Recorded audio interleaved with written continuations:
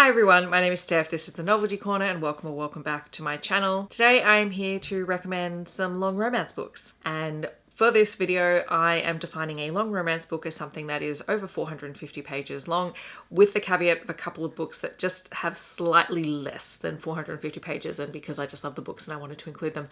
So for the most part all of these books are over 450 pages long. There is a variety of contemporary to urban fantasy, paranormal romance to monster romance included in here. I'm going to go in order of page length, so we are going to kick it off with the shortest books on the list all the way through to the longest books on the list. Starting off with Enemies of the State by Bauer. Now this one, the first book in the series, squeaks in at 444 pages long, but the rest of the books in the trilogy are actually longer than this one, so collectively they're a very long story. And also these are books that do have a central narrative that runs through the entire series, so technically you could consider it the same story, right? This is a romantic suspense story featuring the romance between the President of the United States and his lead Secret Service agent, while they're also up against an enemy that is trying to destroy the world and create anarchy, panic, and basically take over. So they are fast-paced, they are incredibly tense, they deal with a lot of issues, there are a lot of content warnings in here, but it is a really fantastic queer romantic suspense story if you don't mind tense situations. Then there is In a Jam by Canterbary, which is 450 pages long, or at least this edition is. And this is a contemporary small town romance. It is the second chance meeting between our two main characters, Shay and Noah. Shay has been left at the altar and finds out she has inherited her step-grandmother's old farm. And so she goes off to get away for a year to sort of find herself. The condition of her keeping the property is that she has to be married within a year. And she enters into a marriage of convenience with her next door neighbor and former high school friend Noah, who runs a really successful farm next door, and the two of them have fantastic chemistry. It's a great story, and Noah is the guardian of his niece, and so the entire story is just really wonderful as these two get to know each other better as adults, and as they navigate the difficulties that Jenny is having. And, you know, they find that maybe their marriage of convenience is not so much a marriage of convenience, and maybe it is growing into something more. So it is a really, really wonderful book. I've talked about it a lot. I've reread it a lot. It's one that I don't ever get sick of recommending to people. Then there is Brick Walls by L.A. Witt. This is a queer hockey romance. It is a relationship between two goalies who have had a relationship in the past, but both their careers are sort of floundering, and they've both been picked up by the same hockey team, and the team is trying to decide who is going to be the starting goalie. So there's the competition element between the two of them. One of them is also a drug addict and has had a history of that in the past, and it's what caused their initial relationship to break down. So being on the same team together is really challenging for the both of them, but both of them really want a shot at being the starting goalie, and they also need to sort out their history and their past and their feelings for one another in order to do that. This one obviously comes with a lot of content warnings because of the history of drug abuse and the fact that there is a lot of drug use in the story, not the main characters but side characters, so be aware of that going into it, but it is a really interesting read. Then there is Beautiful Things by Emily Rath, which is the first book in her Second Son's historical romance series. This is a polyamorous story about a young woman who has been left with nothing when her family dies, but she is summoned to meet with a dowager duchess who wants her help at a house party to try and help find a wife for her son, who is the Duke. And when she gets there, this young woman ends up falling for three men, the younger son of the Duke and two of his friends, and it is all of their relationships. I actually have a video that I've just recently put out about all of Emily Rath's books, so I'll leave that linked on the screen. It is a really fast-paced historical romance, so if you like contemporary romance but you're not sure about historical romance, it's probably a good place to start, especially if you like Emily Rath's writing. I think I forgot to say how many pages everything is. So Brick Walls is 458 pages and Beautiful Things is 466 pages long. Then there is Heartless by Elsie, and honestly a lot of the books in the Chestnut Springs series are well over 450 pages. This one is 472 pages long, and this is a single dad nanny romance. It is set on a Canadian ranch, I believe, and the MMC is a single dad who needs someone to look after his son. And in walks Willow, who is the best friend of the heroine from the first book. Cade and Willow could not be any more different. He is very serious. She is very carefree. The two end up hitting it off. And probably the one thing to say about this is it has serious daddy energy, if that's the thing that you like. And also a really great scene where they first meet in a coffee shop. Like, it's hilarious. Coming in at 480 pages is A Kiss of Shadows by Laurell K. Hamilton. This is the first book in the Mary Gentry series, which I'm currently rereading. Not all of these books are over 400 pages long, but there are quite a few that are. And this is a paranormal romance fae story. It is set partly in fae, partly in our world. Fae exists in our world, so it's less of a fantasy romance series and definitely more of a paranormal series in that way. Mary is a princess of the fae. She's half human though, and so she has been cast out from the court. She had to leave, otherwise she was going to be killed because people kept challenging her because she didn't have any magic. As an adult, she works as a private investigator and she comes into her power. And as a member of the Unseelie court, she's recalled by her aunt, who is the queen of the She, and basically told, we aren't having children anymore. They haven't had a child born in either of the courts in a couple of hundred years, and they really need new life, right? The queen isn't able to have a child. The queen's son hasn't been able to get anyone pregnant, but that's just because he is awful. Basically, the queen says if you are able to bear a child, then you can inherit the court. And so it's a race between Mary and her cousin to have a child, and this is a why choose story. So basically Mary has her pick of many people in this series, and it's steamy and fun, and it's held up surprisingly well for something that was written a while ago. Then there is the Green Creek series by TJ Klune. These started about 480 pages, and then some of them are longer and some of them are shorter.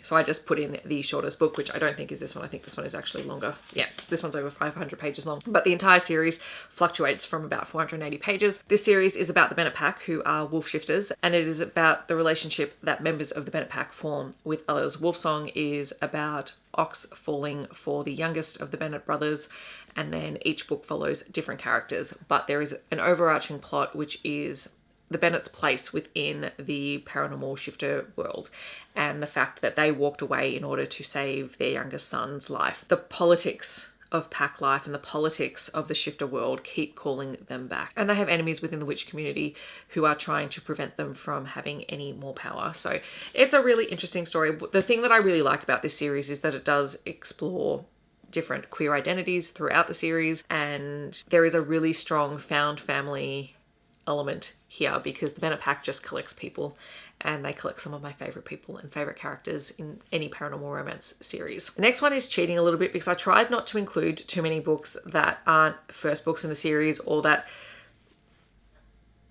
at least like consecutively the books have, you know, more than 450 pages. But the next one comes in at 496 pages. It is actually the final book in a series and the final book in a duet. One of the most famous queer hockey romance books in the reading community is Heated Rivalry by Reid. That one is just over 400 pages long. The follow-up book to that is The Long Game, and while technically it is the last book in the entire Game Changer series, you could read Heated Rivalry and The Long Game back to back, and it's following those two books follow the same couple.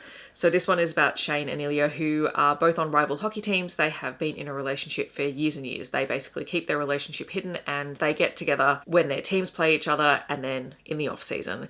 And so this relationship has developed over time, and in this book it's becoming really challenging, particularly for Ilya, who, you know, has come over from Russia to play in America and is having to deal with a family who would make his life incredibly difficult if they knew that he was gay. And so in the US, he really only has his teammates and Shane, and he only gets Shane for a very small portion of the year. So it's about how do they want their relationship to progress? Do they want to come out? Do they want people to know the truth? And what happens when people start finding out? Those two books are just, Heated Rivalry and The Long Game are just really wonderful. And I really enjoyed the complications that are set up in this particular book, because the first book, they're in a good place, but they're still not together all the time. They've just gotten to a good place in their relationship, whereas this one I think digs a little bit deeper into exactly what kind of complications they would face. Then if you would like a monster romance, A Soul to Keep by Opal Reyne comes in at 542 pages long. This is about Rhea, who is sacrificed on behalf of her town to a monster who basically just loves and adores her and wants to keep her and make her happy. There's a whole lot more that goes on in here, but that's essentially what it is. It is a monster romance, and basically Orpheus is trying to convince Rhea to stay with him because he enjoys her companionship, and it develops into a relationship. Then there is When Gracie Met the Grump by Mariana Zapata. This one comes in at 559 pages. This is a sci-fi romance. We have our FMC, who is basically trying to spend her life on the run, living under the radar, when one of the world's superheroes crash lands in her front yard. Then they're both kidnapped and they have to escape and find their way back to his family in order to find protection, because he has lost some of his powers and he needs to get them back. Yeah, it's their relationship. And I would just like more superhero relationships like this, because I enjoyed this concept. In fact, I would just like to know more about the hero's family in here. That's all I want. I just want more of their books. And because Mariana Zapata writes really long books, we have another one. This one is All Roads Lead Here. This comes in at 570 pages, and it is a small town grumpy sunshine romance about a woman who comes into town, has rented an apartment above a garage, finds out that the owner of the property was not the one who rented it out. It was his son that rented it out, and he's not overly thrilled about having a tenant, but needs must. And Aurora is just trying to rebuild her life and trying to retrace some of her mother's steps. Her mother disappeared when she was a child, and it is about her finding place within this small community and trying to get away from a complicated life and relationship that she had prior to the start of the book. Then coming in at 603 pages is Pucking Wild by Emily Rath. This is the second book in the Jacksonville Rays series. I will talk about the first book in a moment because it's even longer than this one.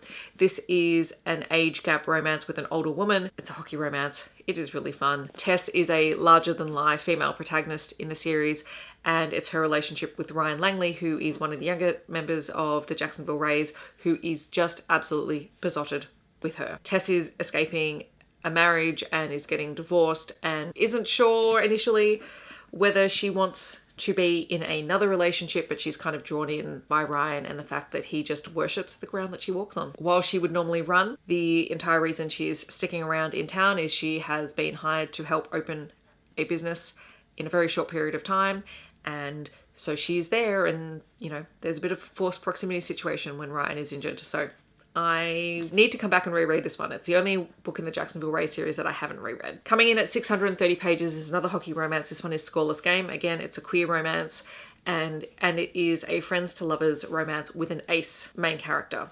So both our heroes in this play for the same hockey team. They've been friends for the longest time. One of them has had feelings for the other forever, but hasn't really been able to do anything about it for risk of ruining the dynamic that they have. So this one is really interesting, mostly for me in particular, because it does deal with characters who are ace navigating a relationship and their partner navigating that space with them. It is a long book, and it's probably a little bit slower than the first book in the series, which is Rookie Mistake, but I actually really enjoyed it.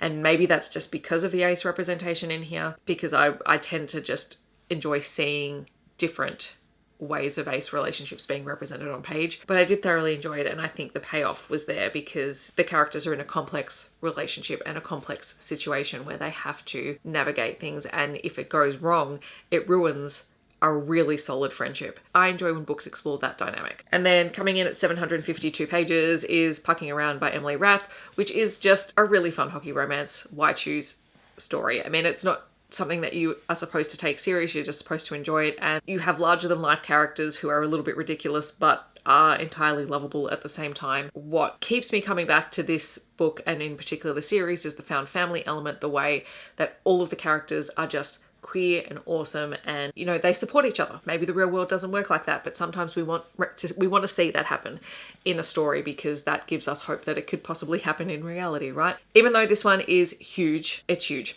It does read very quickly. Emily Rath's writing style is very fast-paced. Every book that she writes is incredibly fast-paced, and all of her books are long, and none of them take you a really long time to read it. The longest this book has ever taken me to read it is 2 days, and that is like 2 sittings of 3 hours. And yes, I am a fast reader, but at the same time, it's very fast and easy to get through. The audios are also great if you want to just listen to it. But yes, it is very steamy. There are a lot of sex scenes and a lot of different couple combinations within the series, because it is a polyamorous relationship that develops over time, and we also get to see how the different relationships between all of the members of the poly relationship interact and grow over time, which again is something else that I love. So those are some long romance recommendations. Hopefully there is a book in there that has piqued your interest. They're all books that I talk about a lot.